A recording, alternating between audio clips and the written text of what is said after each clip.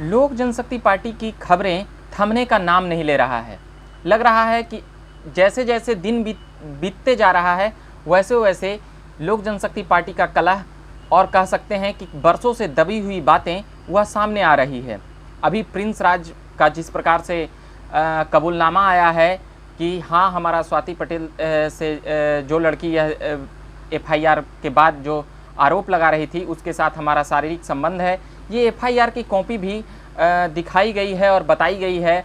उसमें वो तमाम फोटोकॉपी के जरिए जो जानकारी इकट्ठा हुई है उसमें यह साफ है कि चिराग पासवान के भाई प्रिंस राज पासवान इन बातों को मानते हुए नज़र आ रहे हैं कि हाँ, हमारी उस लड़की से हमारा संबंध था, हम बिस्तर हुए थे और भी ऐसी कई बातें उसमें पूरी जिक्र की गई है। तो अब जैसे कि वो लड़की क्या ब्लैकमेल कर रही थी या फिर प्रिंस राज पासवान उस लड़की को ब्लैकमेल कर रहे थे, उस लड़की का भी दावा है कि प्रिंस राज ने हमें ब्लैकमेल करने के लिए एक वीडियो बना रखा था। अब प्रिंस पासवान का यह दावा है कि वो लड़की हमें ब्लैकमेल करने के लिए वह भी वीडियो बना ली थी। उससे पहले भी उस लड़की का एक लड़के से संबंध का नाम आ रहा है, उसमें नाम जाहिर किया गया है। अमर नाम का वो लड़का है जिससे वो लड़की पहले भी संपर्क में थी। अब जो बातें आ रही है पूरी परत दर परत जिस प्रकार से खुल रही है, प्रिंस राज को पहले यह डर लग रहा था कि हम अगर यह बात बताएंगे तो ये वीडियो हमारा वायरल हो जाएगा। कहा यह जा रहा है कि जब यह हम बिस्तर हो रहे थे तब वीडियो बना लिया गया था, मगर उस लड़की के द्वारा कहा गया कि जब हम नशे में थे तो हमारा वीडियो प्रिंस ने बनाया था। ये जो खबरें हैं कह सकते हैं कि पिछले 3 दिनों से जिस प्रकार से लोक जनशक्ति पार्टी के कलह के बाद जो बढ़ी है और उसके बाद यौन शोषण का आरोप जब प्रिंस राज पासवान पर लगा तो ये बातें काफ़ी दूर तक चली गई। वहीं कल जैसे कि पशुपति कुमार पारस का भी जब राष्ट्रीय अध्यक्ष का उनका नामांकन किया जा रहा था और जब उनको राष्ट्रीय अध्यक्ष घोषित किया जा रहा था तब भी उन 5 सांसदों में 4 सांसद तो उपस्थित थे, मगर वह एक सांसद कौन थे जो गायब थे? वह थे प्रिंस पासवान। वह क्यों गायब थे? मीडिया को सवालों से ही नहीं बच रहे थे, बल्कि उन सवालों का जवाब भी वह थाने और कोर्ट कचहरी की तैयारी कर रहे हैं कि आखिर उस लड़की को कैसे जवाब दिया जाए। तो क्या चिराग पासवान के भाई प्रिंस पासवान 31-30 साल से ऊपर के हैं, 31 साल के हैं, तो क्या उन्हें नहीं पता है कि अपने देश में जो जिस प्रकार से कानून और नियम और कानून है वो ताक पर रखकर उस लड़की से पहले संबंध बनाते हैं और फिर उनका कहना है कि हमसे करोड़ों रुपया की मांग की गई। ये बातें लीगली नहीं है, जबकि यहाँ पर शादी विवाह होने के बाद शारीरिक संबंध बनाने की कानून भी इजाज़त देती है। और मगर इससे पहले आप अगर बना लेते हैं तो फिर क्या कहा जाए इस मुद्दे पर और इस बात पर?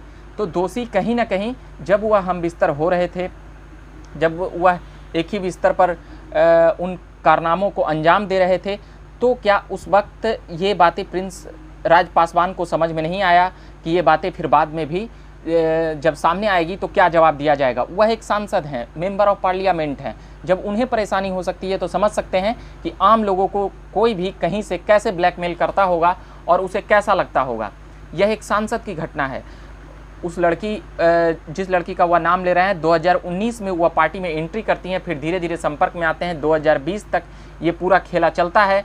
फिर उसके बाद जिस प्रकार से जो बात आती है, प्रिंस राज पासवान का एफआईआर दर्ज कर लिया गया है, मगर वहीं स्वाति पटेल का एफआईआर को अभी एक्सेप्ट नहीं किया गया है।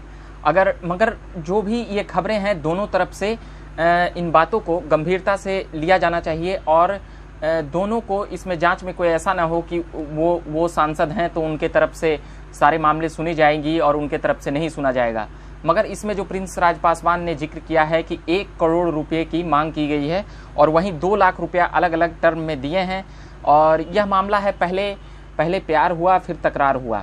ये उसी तरह का मामला है कि अब जब तक अब प्रिंस राज पासवान ने का कहना है कि वो ब्लैकमेल कर रही हैं और उस लड़की का कहना है वो ब्लैकमेल कर रही हैं। जैसे ही तमाम खबरें और क्लियर होगी हम तमाम उन खबरों और मुद्दों पर हम लाने का प्रयास करेंगे, मगर अभी के लिए इतना ही कहेंगे कि ऐसे कई खबरें होती है, मगर ये सांसद हैं तब इन्हें परेशानी हो रही है, मगर जब ये गलत कर रहे थे तब भी इन्हें यह सोचा जाना चाहिए था कि हम एक सांसद हैं और हम लीगली तौर पर पहले शादी कर लें फिर शारीरिक संबंध बनाएं।